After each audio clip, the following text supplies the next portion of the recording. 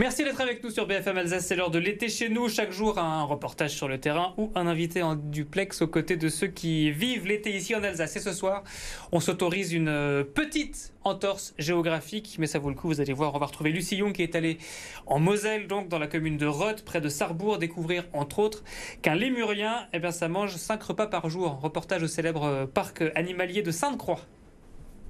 Aujourd'hui, on se retrouve au parc Sainte-Croix, juste au-dessus de l'Alsace. On va aller découvrir le quotidien des soigneurs et de quelques-uns des 1500 animaux qui vivent ici dans ce parc.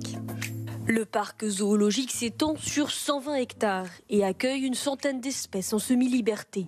Chaque année, près de 400 000 visiteurs parcourent ces allées. Alors, première étape, dans les coulisses du parc Sainte-Croix, on va aller préparer avec les soigneurs le repas pour les lémuriens. Bonjour! Alors je retrouve Jessica qui est soigneuse pour les lémuriens. On va préparer leur repas. Qu'est-ce que ça mange un lémurien? Un lémurien, ça va manger des fruits et des légumes. Eh ben allons-y. Comment ça se passe? On va leur couper les fruits et les légumes sur place, comme ça c'est frais. Et dans la journée, on va pouvoir leur distribuer sur plusieurs repas jusqu'au soir, vers 19h à peu près. En ce moment, ils ont un repas. Combien de repas pour les lémuriens? En tout 5. Le petit-déj, plus les 4 repas de fruits et légumes. Eh ben allons-y, on va les découper. Je peux vous aider peut-être, ou vous avez une autre planche, comme ça on s'y met à deux, ça ira plus vite. Et c'est parti pour la découpe des repas pour les 11 lémuriens. Ici, que des mâles entre 5 et 10 ans. Alors c'est des espèces qui viennent de Madagascar.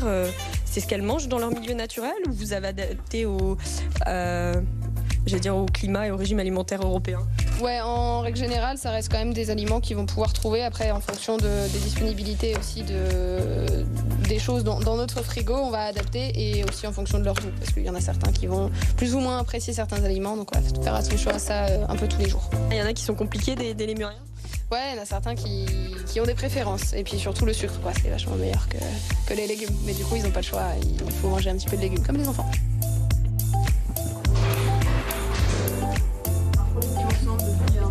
Qu'est-ce qu'on mange aujourd'hui, petite Chester?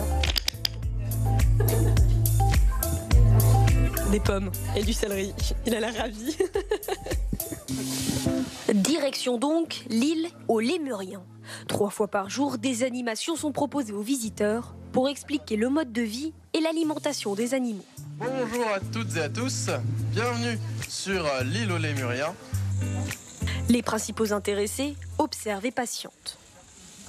Ici, on n'a que des mâles. Pourquoi est-ce qu'on n'a que des mâles? Parce que si on avait des mâles et des femelles, déjà on aurait de la compétition sexuelle. Et la compétition sexuelle, ça amène des tensions. Et ces tensions, on n'en veut pas. Enfin, l'heure du repas. Le moins que l'on puisse dire, c'est que les petits primates prennent leurs aises au milieu des visiteurs.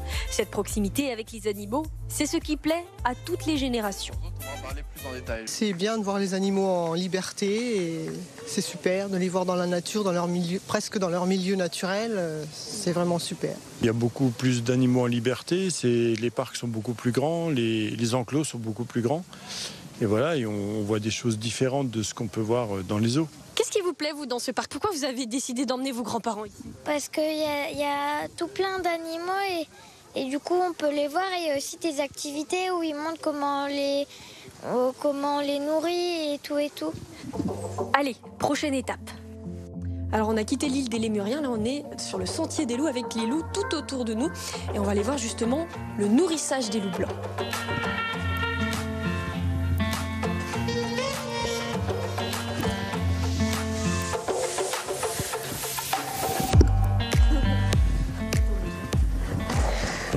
Alors là, on retrouve Jessica qui va donc aller nourrir les loups. Qu'est-ce qu'on leur donne à manger aujourd'hui? Alors aujourd'hui, c'est poulet. Et on va fonctionner en plusieurs gros repas, mais pas tous les jours. Donc on va essayer de respecter un petit peu ce qui se passe en milieu naturel. Donc il y aura des jours de jeûne. Aujourd'hui, ils mangent. Hier, ils n'ont pas mangé, par exemple. Et donc du coup, aujourd'hui, ils sont impatients. Il y a toute une recherche qui est faite sur comment ils vivent dans leur milieu naturel pour s'adapter. On voit les lémuriens, c'est 5 repas par jour. Là, c'est 1 repas tous les 2-3 jours. Donc il faut s'adapter aussi en fonction. Ouais, c'est ça. On essaie de conserver un petit peu leur état naturel. Donc en milieu naturel, ils vont chasser. Ici, on va pas leur mettre non plus d'animaux vivants. On n'est pas et c'est pas autorisé. Mais par contre, on va essayer de respecter leur système digestif et tout ce qu'ils peuvent faire en milieu naturel. Donc là, ici, il y aura des jours de jeûne. Très bien. Alors Jessica va aller dans l'enclos pour les nourrir. Nous, on va rester à l'extérieur et on va regarder tout ça.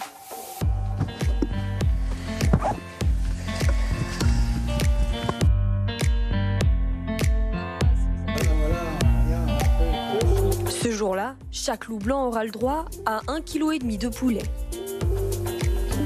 Allez, un petit peu de mignonnerie, on va aller à la rencontre de Zaya, Bao, Ouli et Yingtao. Ce sont les 4 pandarous du parc de Sainte-Croix.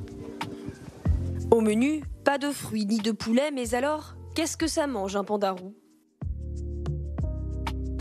C'est parti, on rentre donc dans l'enclos des pandarous. Il y en a partout, il y en a un là juste au-dessus.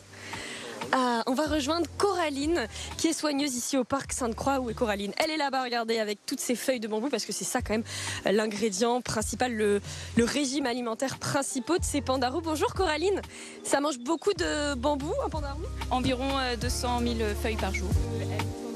Du coup nous aussi on va les nourrir, ces petits pandas. Donc ce sont 4 pandas femelles qui sont ici à Sainte-Croix, qui peuvent vivre jusqu'à 15 ans en captivité. Hop là. Allez, bon appétit. Notre découverte du parc continue. Dernière étape, à la rencontre d'un oiseau à préserver.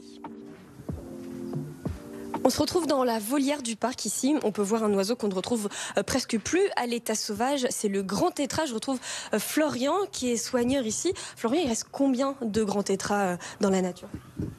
Dans la nature, dans les Vosges en tout cas, il en reste une dizaine. Donc c'est une espèce qui est protégée et même en danger d'extinction critique. Et donc ici, on a eu quelques naissances. C'est une bonne nouvelle, c'est-à-dire qu'on protège un petit peu cette espèce. Oui, c'est une très bonne nouvelle. Donc ici, on a juste à côté de nous, on a 17 jeunes petits tétras. On a encore un jeune qui est né la semaine dernière juste à côté. Alors là, sur les 17 petits qui sont nés cette année, est-ce qu'on peut espérer que certains retrouvent l'état sauvage bientôt ? Alors oui, complètement. Il y a un programme de réintroduction qui est prévu en Pologne. Et donc tous les jeunes qui ont été élevés par les parents, donc qui ont les mêmes codes, qui savent communiquer avec les individus sauvages, devraient normalement être réintroduits en Pologne cette année. On termine cette escapade au cœur des coulisses du parc de Sainte-Croix à l'espace ferme. On retrouve des chèvres, des vaches, des cochons, des poules. En tout cas, j'espère que cet épisode vous aura plu. On vous souhaite un très bel été sur BFM Alsace.